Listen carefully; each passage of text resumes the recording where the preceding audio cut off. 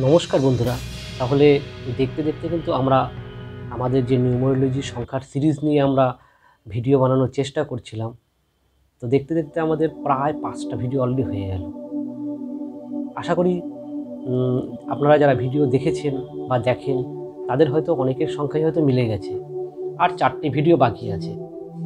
আর এর মধ্যে আরেকটা তথ্য দিতে চাই, তো এর মধ্যে আমাকে অনেকে কমেন্টে বা আমাকে পার্সোনালি হোয়াটসঅ্যাপে বা মেসেঞ্জারে জিজ্ঞেস করেছিল যে আপনি কি অ্যাস্ট্রোলজার। তো আপনাকে আমি একদম স্পষ্টভাবে বলে দিই, আমি কিন্তু অ্যাস্ট্রোলজার নই, কারণ অ্যাস্ট্রোলজি হওয়ার মতন সেই যোগ্যতা আমার মধ্যে এখনও তৈরি হয়নি।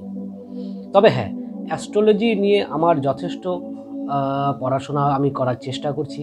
আর সবচেয়ে বড় কথা, আমি যেই পড়তে গিয়ে যে বিষয়টা আমি লক্ষ্য করেছি যে অ্যাস্ট্রোলজি নিয়ে এত গভীরে পড়াশোনা করা বা তার সম্পর্কে এত ডিটেলসে জানা, এটা কিন্তু আমাদের সবার পক্ষে সম্ভব হয় না। তাই আমি ছোট ছোট একটা করে অংশ পড়াশোনা করছি বা সেগুলোর থেকে একটু বিষয়বস্তু সম্পর্কে জানার চেষ্টা করছি। আর যতটুকু জানতে পারছি আপনাদের সামনে ভিডিও আকারে নিয়ে আসছি, যাতে আপনাদের বাসে বা ট্রেনে বা বাড়িতে বা অবসর সময়ে বা মানে কাজকর্ম করার ফাঁকে ফাঁকে আমার এই ভিডিওটা শুনে আপনারা আপনাদের ব্যাপার সম্পর্কে একটু জানতে পারেন। তো যাকে আজকে আমরা আমাদের যে ভাগ্য নিয়ন্ত্রণকারী সংখ্যা 6 নিয়ে আলোচনা করব, কারণ লাস্ট ভিডিওতে আপনাদের 5 সম্পর্কে অলরেডি বলে দিয়েছি। তো আজকে 6-এর সমস্ত ব্যাপার নিয়ে, তাদের কর্মভাগ্য, তাদের আয় ব্যয়, তাদের বিবাহিত জীবন, বন্ধুভাগ্য, তাদের রোগ ব্যাধি, সমস্ত কিছু নিয়ে আলোচনা করব। তাহলে ভিডিওটা আপনারা একটু পুরোটা দেখবেন, আর কেমন লাগছে আপনাদের এই ভিডিওগুলো আমাকে কিন্তু কমেন্টে অবশ্যই জানাবেন। তাই বন্ধুরা, ভিডিওটা তাহলে দেখা যাক এবার।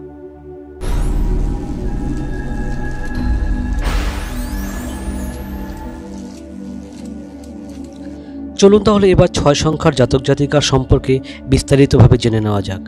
অর্থাৎ এই সংখ্যার জাতক জাতিকাদের স্বভাবগত বৈশিষ্ট্য, ধনভাগ্য, বন্ধুভাগ্য, তাদের ট্যালেন্ট বা প্রতিভা, প্রেম, বিবাহ, রোগ, কর্মজীবন, আয় ব্যয়, সমস্ত কিছু নিয়ে। চলুন তাহলে প্রথমে এই সংখ্যার স্বভাবগত বৈশিষ্ট্য নিয়ে আলোচনা করা যাক। মনে রাখবেন, 6 সংখ্যাটি হলো শুক্র গ্রহের সংখ্যা। তাই যে সমস্ত জাতক জাতিকার জীবনের ভাগ্যের মূল সংখ্যাটি 6 হবে, তারা অবশ্যই শুক্র গ্রহ দ্বারা পরিচালিত হবে। এদের প্রেম, প্রীতি, ভালোবাসা, সৌন্দর্য, প্রিয়তায় এদের হৃদয় মন সবসময় পরিপূর্ণ থাকবে।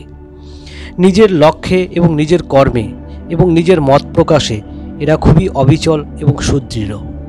কর্তব্য সম্বন্ধে এদের সচেতনতা থাকবে বেশি, আর প্রত্যুৎপন্ন মতিত্বের মাধ্যমে যে কোনো কঠিন সমস্যার সমাধানে এদের ভীষণ দক্ষতা থাকবে।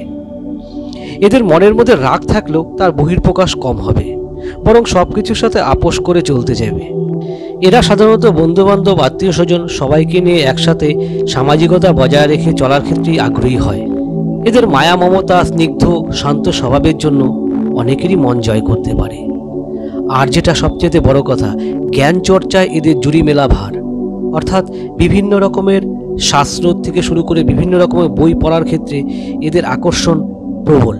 বলা হয় সব কিছুর সাথে মাত্রা বজায় রেখে এবং কঠোর পরিশ্রমের মাধ্যমে এদের কর্মময় জীবন এবং পার্থিব উন্নতির দিকে এগিয়ে যাওয়ার চেষ্টা করে। চলো তাহলে এবার আমরা এই সংখ্যার জাতক জাতিকার কর্মজীবন, অর্থভাগ্য ও আয় ব্যয় সম্পর্কে একটু জেনে নিই। বলা হয় 6 সংখ্যার জাতক জাতিকার কর্মজীবন যথেষ্টই অনুকূল। সামান্য পদ থেকে কর্মজীবন শুরু করে উচ্চ পদে পৌঁছানোর যোগাযোগ যথেষ্ট বেশি আছে এবং সেটা খুব সহজেই আসে। কর্মজীবনে এরা অনায়াসে সাফল্য ও প্রতিষ্ঠা লাভ করলেও গুপ্ত শত্রু দ্বারা ক্ষয়ক্ষতির কিন্তু একটা সম্ভাবনা থেকেই যায়। বিভিন্ন কর্মের মধ্যে বিশিষ্টতা বা দক্ষতা দেখানোর একটা স্বাভাবিক প্রবণতা এদের মধ্যে ফুটে ওঠে। আর 24 বছর বয়সের পর কর্মজীবন শুরু হলেও 33 থেকে 40 বছর বয়সের মধ্যে এদের কর্মজীবনে বিশেষ প্রতিষ্ঠা বা উল্লেখযোগ্য পরিবর্তনের যোগাযোগ রয়েছে। এবার চলুন এই সংখ্যার জাতক জাতিকার আয়ের দিকটা একবার দেখে নিই। বলা হয় 6 সংখ্যার জাতক জাতিকার আয় ভাগ্য খুব শুভ। বিভিন্ন উপায়ে আয়ের যোগাযোগ আসবে। চাকরির পাশাপাশি স্বাধীন কোনো জীবিকায় নিযুক্ত থাকলে আয় সংক্রান্ত বিষয়ে উল্লেখযোগ্য পরিবর্তন হবে। তবে হ্যাঁ, সৎ এবং অসৎ উভয়ই উপায়ে কিন্তু এদের আয়ের যোগাযোগ রয়েছে। আর এর জন্যই বলা হয় এই সংখ্যার জাতক জাতিকার অর্থনৈতিক ভাগ্য বেশ যথেষ্টই সহায়ক। 30 থেকে 40 বছর বয়সের মধ্যে এদের জীবনে এক স্মরণীয় প্রতিষ্ঠা লাভের যোগ রয়েছে। এবার চলুন এই সংখ্যার জাতক জাতিকার ব্যয়ের দিকটাও একবার দেখে নেওয়া যাক। 6 সংখ্যার জাতক জাতিকার আয় বুঝে ব্যয় করার পক্ষপাতী। 30 বছর থেকে 40 বছর বয়সের মধ্যে এদের উল্লেখযোগ্যভাবে আয় বৃদ্ধি পাবে।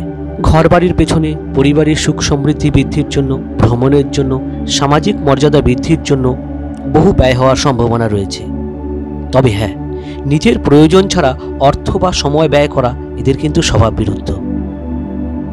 এবার চলুন জেনে নেই এই সংখ্যার জাতক জাতিকার বন্ধু ভাগ্য কেমন হবে।